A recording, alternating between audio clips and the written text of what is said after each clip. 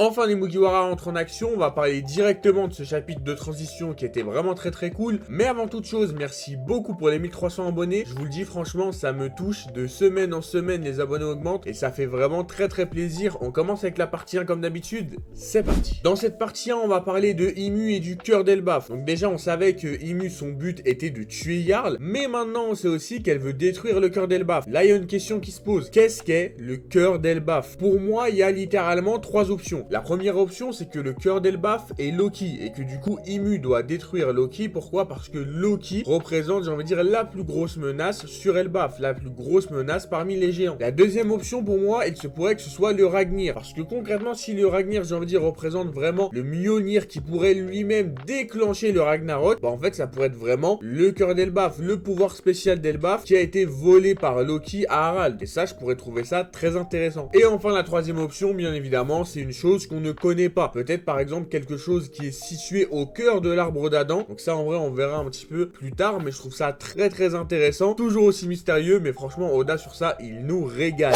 On apprend aussi quelque chose qui est très intéressant, c'est sur Harald. En effet on nous dit que Harald a échoué et ça c'est Imu qui nous le dit. Donc normalement Harald n'est pas considéré comme un antagoniste et surtout n'était potentiellement pas considéré comme étant un démon. Donc oui, ce qui a dû se passer entre Harald et Loki est vraiment très mystérieux parce que si Harald en fait a déjoué les plans de Imu etc, pourquoi Loki et Harald se sont affrontés? Vous le savez, pour moi concrètement Harald voulait vendre Loki pour préserver Elbaf, mais si du coup Harald a juste voulu stopper, j'ai envie de dire, les négociations avec Imu et les chevaliers divins, qu'est-ce qui s'est vraiment passé entre Loki et Harald? Je trouve ça vraiment très intriguant, mais pour le coup très intéressant aussi. D'ailleurs il y a aussi un petit détail par rapport à Imu et à ses pouvoirs dans le chapitre, c'est par rapport au jeu de Go. En effet il y a un moment donné où on voit Imu qui va transformer un géant en démon, puis on aura un jeu de Go où concrètement on voit que les blancs deviennent des noirs sur une ligne et on voit ça 2 fois. Donc là pour moi il y a 2 interprétations à faire de ce passage là. La première interprétation c'est que le pouvoir de Imu pourrait être lié au jeu de Go. Par exemple Imu a pu sceller le pouvoir d'un des fruits du démon dans son livre, mettre un fruit du démon dans son livre, à savoir le fruit du jeu de Go, pour faire en sorte que avec ses pouvoirs à elle qui sont démoniaques, elle peut en fait transformer les gens en démons par exemple sur une diagonale etc, pour entre guillemets faciliter les choses. Et après il y a une autre interprétation qui est la mienne, à savoir que c'est plus une figure de style qu'autre chose. Montrer que tu passes de blanc à noir pour montrer que tu passes de, entre guillemets, ange à démon. Et aussi, en fait, que Imu, du coup, va grappiller des pions et surtout voir, en fait, les géants, comme elle le voit aujourd'hui, comme des pions. Et elle, son but, c'est juste de gagner la partie. À savoir, détruire le cœur d'Elbaf, prendre possession d'Elbaf et vite retourner sur Maréjoise. Vous me donnerez votre avis en commentaire. Je trouve ça très intéressant. On passe directement à la partie 2.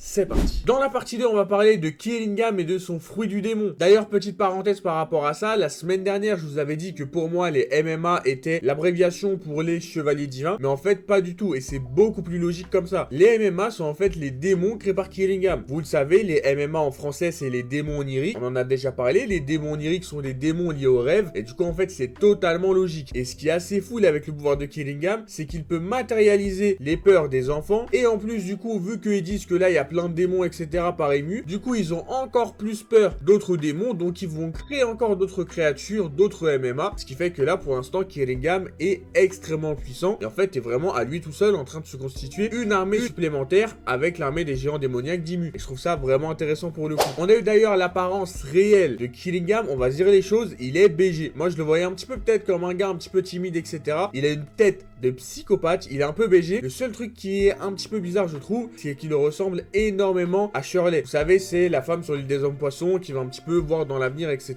Et en plus il a aussi les dents de Dillinger. Vous savez, c'est concrètement l'homme poisson qui était avec Doflamingo. Du coup je me pose une question, est-ce que son apparence est liée à sa forme hybride, à savoir ses dents pointues etc, sa tête un petit peu bizarre à cause en fait de son Ryo-Ryonomi modèle Kirin, ou ça n'a rien à voir et c'est un homme poisson? Et si de base Killingam est un homme poisson ou un hybride humain et homme poisson, bah ça pourrait quand même poser problème, parce qu'on va se dire les choses, les dragons célestes rendent esclaves les hommes poissons, et ils l'ont toujours dit que pour eux les hommes poissons sont une espèce inférieure. Du coup est-ce que vraiment Imu aurait choisi un homme poisson pour représenter, j'ai envie de dire, les élus parmi les élus? Vous me direz en commentaire votre avis. On a eu aussi du coup l'origine du pouvoir de Killingam, à savoir le Ryo-Ryonomi modèle Kirin, et ce qui est très intéressant c'est que c'est le même dénomination concrètement qu'on peut voir par exemple dans les fruits du démon de Ulti, Page One, King, Queen. Petite interruption dans la vidéo, quand quand je l'ai tourné, il n'y avait pas écrit fruit du démon mythologique, mais bien antique. Ce qui fait que j'avais dit que concrètement, si c'est antique et pas mythologique ou mythique, c'est que le Kirin a bel et bien existé. Malheureusement, ce n'est absolument pas le cas. Du coup, entre guillemets, j'ai dû supprimer cette partie. C'est pour ça que ça fait un petit peu bizarre. On reprend directement avec comment Imu a récupéré ce fruit du démon. Désolé encore une fois. Et j'aimerais aussi du coup savoir comment Imu a pu se procurer ce fruit du démon là. Est-ce que c'est lié par exemple au père de Ulchi et Pejuan qui chassait justement les fruits du démon antique? Encore une fois, il y a des petits mystères, etc.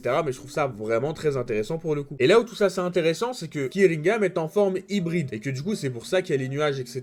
Donc forcément, on va reparler de Shamrock. On l'a vu dans le sabre de Shamrock quand il est en forme Cerbère. Il y a aussi en fait tout simplement les nuages. Ce qui peut indiquer que son sabre est en forme hybride. Moi, vous le savez, pour moi, je disais que soit c'était lié directement à un pouvoir prêté par Imu, la forme Cerbère du sabre de Shamrock, soit c'était une copie du vrai fruit du démon. Parce que j'imaginais mal quand même le fruit du démon du Cerbère mis uniquement dans un sabre. Mais en fait, les gars, c'est du coup totalement possible que vraiment le fruit du démon du Cerbère a été mis dans le sabre de Shamrock et que Shamrock a éveillé le fruit du démon de son sabre. Comment ça se fait, etc. Je ne peux pas le savoir, mais en tout cas, ça pourrait être assez intéressant. On passe directement à la partie 3. Mais juste avant, les gars, petit rappel quand même, n'hésitez pas à liker, à vous abonner, à partager et faites-moi vos retours. Voilà, je sais qu'à chaque fois je vous demande, etc. Mais c'est vraiment important. Dans cette partie 3, on va parler de Loki et Moza. Et déjà, on va revoir Loki qui va un petit peu se prendre la tête avec Ashrudin concernant le meurtre de Harald. Et là, il y a vraiment tout qui pousse à croire en fait que vraiment Loki n'a pas fait ça. En tout cas, c'est vraiment pas comme on le pense. Et je trouve ça vraiment très intéressant. Et ce qui est encore plus intéressant, c'est, je sais pas vous, mais pour moi, dans la manière dont Loki va parler à Ashrudin, je ressens quand même que Loki est mine de rien assez attaché à lui. Même s'il peut faire ces genres de psychopathe, etc. J'ai vraiment l'impression que là, Oda voulait nous montrer peut-être un côté un peu plus humain de Loki pour nous dire en fait c'est absolument pas lui l'antagoniste, regardez bien, c'est bel et bien Imu. Et je trouve ça assez intéressant mine de rien. Et aussi ce qui est intéressant bien évidemment, c'est l'appel de Moza à Loki. On avait déjà vu Moza il y a quelques chapitres qui avait téléphoné à Loki où concrètement on voyait qu'il y avait une certaine relation entre les deux, mais on peut pas définir c'est quoi exactement comme type de relation. Et là du coup il y a Moza qui va un petit peu faire ses adieux à Loki et Loki qui panique un petit peu et qui se demande un peu qu'est-ce qui se passe. Et ce qui est intéressant c'est les petits détails qu'il y a par rapport à tout ça. Le Denden Mushi paraît quand même très vieux, donc en vérité peut-être que Moza est quand même une personne assez âgée, donc Loki peut s'occuper. Et ce qui est intéressant c'est que Loki est quand même très vieux, donc en fait c'est même possible que quand Loki était assez jeune, il s'est fait un pote du nom de Moza qui avait son âge, sauf que du coup Moza a vieilli beaucoup plus que lui, que Moza est beaucoup plus frêle et que du coup Loki s'en occupe un petit peu tel un grand frère. Parce que moi de base je pensais que Moza était potentiellement une femme et qui Loki en fait j'ai envie de dire avait une petite affection, mais je pense vraiment que là il y a moyen que Moza en fait entre guillemets comme le petit frère spirituel de Loki, et je pourrais trouver ça très intéressant. Vous me direz en commentaire ce que vous en pensez, mais j'ai vraiment hâte d'en savoir plus sur Moza parce qu'en vrai faire ressentir des émotions comme ça à Loki, c'est pas tous les jours que ça doit arriver quoi. Dans cette partie 4 on va parler des Mugiwara qui rentrent en action et franchement les gars il y a énormément de choses à dire. La première des choses c'est concernant Luffy. Luffy devient un maître du haki de l'observation et ça les gars c'est vraiment très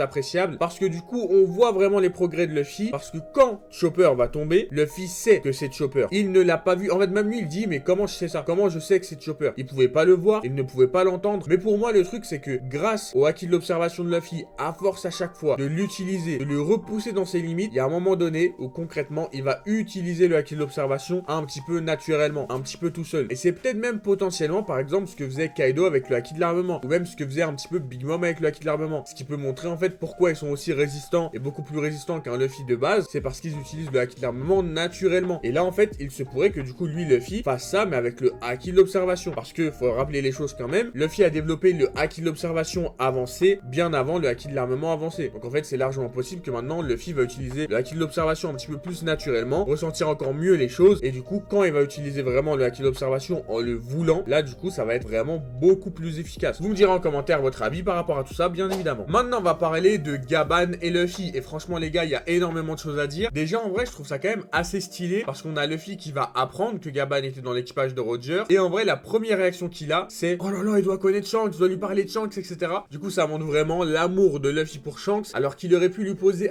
1 milliard de questions sur Roger, Riley, le One Piece, tout, et lui il s'en fout de tout. Le seul truc qui lui importe c'est Shanks, et je trouve ça assez beau mine de rien. On a aussi une scène qui est très drôle où on avait enfin potentiellement la réponse, où on nous dit que Gaban était considéré comme le 3e plus puissant de l'équipage de Roger, et Gaban qui a 2 doigts de crever qui dit non je suis le 2e. Du coup franchement les gars on va se dire les choses, c'est assez drôle, et surtout ce qui est cool c'est que ça montre vraiment une rivalité comme Zoro et Sanji. Mais pour moi vous le savez, Gaban était bel et bien 3e, sauf que comme Sanji va jamais dire oui je suis 3e, il va toujours dire non c'est moi le 2e, toi ta tête de cactus, c'est toi le troisième. Ça va toujours être comme ça et je pense que malheureusement ça sera toujours comme ça, ou même heureusement en vérité, parce que c'est quand même assez drôle mine de rien. Mais là on va passer un petit peu dans le dur, c'est que ça se passait avant l'arrivée de Imu version Gunko. Du coup on a l'arrivée de Imu version Gunko avec son gros haki des rois et on a surtout tout le monde qui va y réagir. On a Luffy, Zoro, Sanji, Loki, Ashrodin qui sont sous le choc après avoir aperçu le haki d'Imu. Et là directement ils se disent ok là c'est bon, ok on doit intervenir. Parce que le haki est tellement surpuissant que pour eux limite c'est impensable d'avoir un haki aussi puissant sur Elbaf. Et pour eux du coup ça montre vraiment la menace qui est Imu. Et ce qui est très intéressant du coup aussi, c'est la réaction de Loki. Loki est en train littéralement d'être ultra confiant. Loki il rigole, il dit ah vous en avez besoin